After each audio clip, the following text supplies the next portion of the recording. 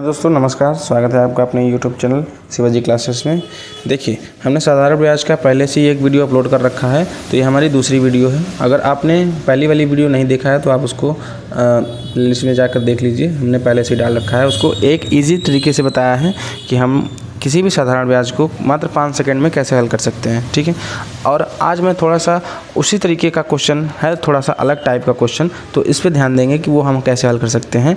देखिए, उसमें क्या था, साधारण ब्याज हमारा तो सिंपल था, जो इंटरेस्ट देता था, हमारा दर देता था, वो 4 होता था, 5 होता था, कुछ भी हो सकता था। लेकिन इसमें देखिए सही बटे में दे दिया है आंसर, यानी कि 6 सही 1/3 में प्रतिशत ब्याज ले रहा है।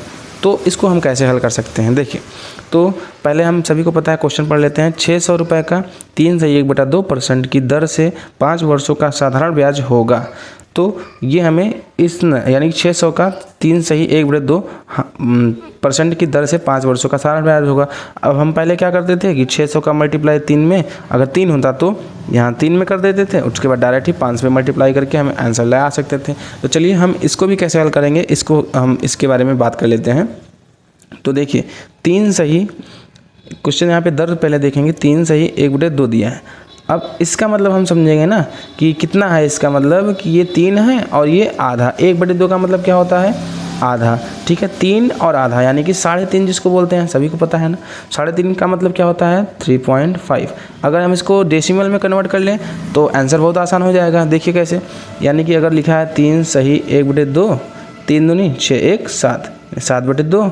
7/2 को अगर हम काटेंगे, देखिए डिवाइड करके देखते हैं, 2 तिहाई 6, 2 तिहाई 6, यहाँ 1 आएगा, दशमलव लगेगा, 0 बढ़ जाएगा, 2 पंचे 10, यानी कितना हो गया ये 3.5 यानी 3.5।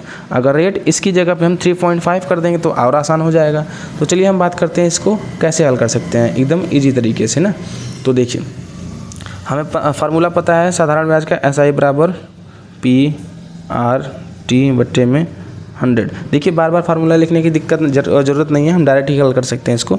इसमें हम देखिए प्रिंसिपल अमाउंट क्या देखेंगे, कितना है, P और R और T, फिर निकालेंगे SI। देखिए प्रिंसिपल अमाउंट हमारा इसमें कितना दिया है, 600 रुपये। रेट कितना है, 3 सही 1/2 रुपये, और समय दिया है 5 वर्षों के लिए।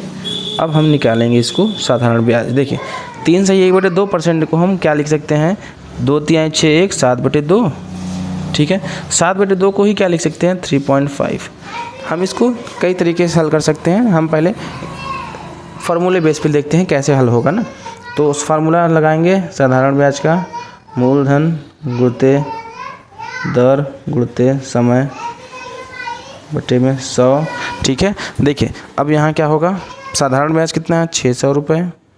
रेट कितना है, 3 सही को हम किस में लिख सकते हैं, 7/2 लिख सकते हैं, 7/2। फिर गुणते टी कितना दिया है, 5 साल दिया है, और पूरे का 100। देखिए इतना हो गया। अब हम इसको देख के डरेंगे नहीं, क्योंकि बहुत बच्चे क्या होते हैं ना, ये सही बटे में है, ये बटे में दे दिया, इसको कैसे करेंगे, हल करना ही नहीं आता, तो उसको भूल जाएंगे, कहेंगे अब ये तो बड़ा हार्ड लग रहा है। देखिए हार्ड कुछ नहीं है, पहले हम इसको सीखेंगे कैसे होता है। देखिए, ये 600 है और ये 2 है, तो ये होता है मल्टीप्लाई में, जब भी ये बटे में दिया है ना तो मल्टीप्लाई का हुआ है, तो यहाँ पे क्या होगा, भाग कर देंगे इसको हम। 2 से कटेगा, कितनी बार जाएगा, 2 तिहाई 6 हो जाएगा 300। तो देखिए अब तो आसान हो गया, 300 गुणते 7 गुणते 5 बटे में 100। देखिए अब आसान हो गया, ये 100 से 0 कट जाएगा, 7 त्रिक 21, 21 से 5 के गुणा कर लेंगे। देखिए अब हम आपको इसको भी गुणा करने के लिए बताएंगे तरीका। अगर 7 त्रिक 21 हो गया, 21 पंचे अगर टेबल आता है तो सही है, नहीं आता है तो कठिन हो जाएगा। तो कैसे करेंगे इसको हम, देखिए 5 तिहाई 15, पहले से ही हम कर देंगे 5 का 3 से मल्टीप्लाई, 5 तिहाई 15 कर देंगे, और 15 के बाद यहाँ बचेगा क्या, 7।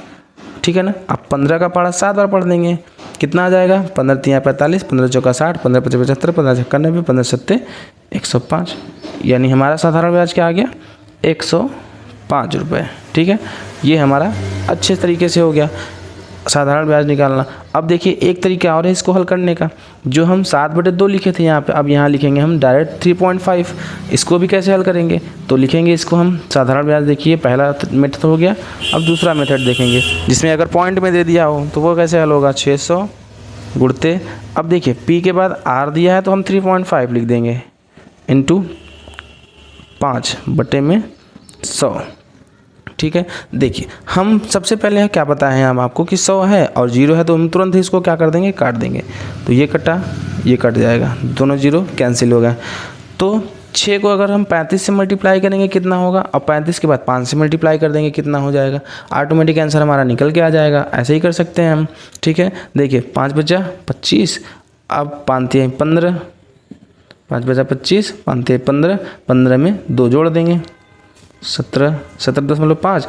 अब ये मल्टीप्लाई करेंगे हम 6 से, 6 पंचे 30, 0, 6 से 42, 42 और 3 45, और 6 का 6, 6 4 10, तो यहाँ 10 हो जाएगा बराबर। अब देखिए एक अंक के आगे दशमलव होता है, हम एक अंक के आगे दशमलव लगा देंगे। देखिए हमारा आंसर कितना आ गया, इसको हम साफ साफ लिख देते हैं, 17.5 इंटू 6 बराबर 105।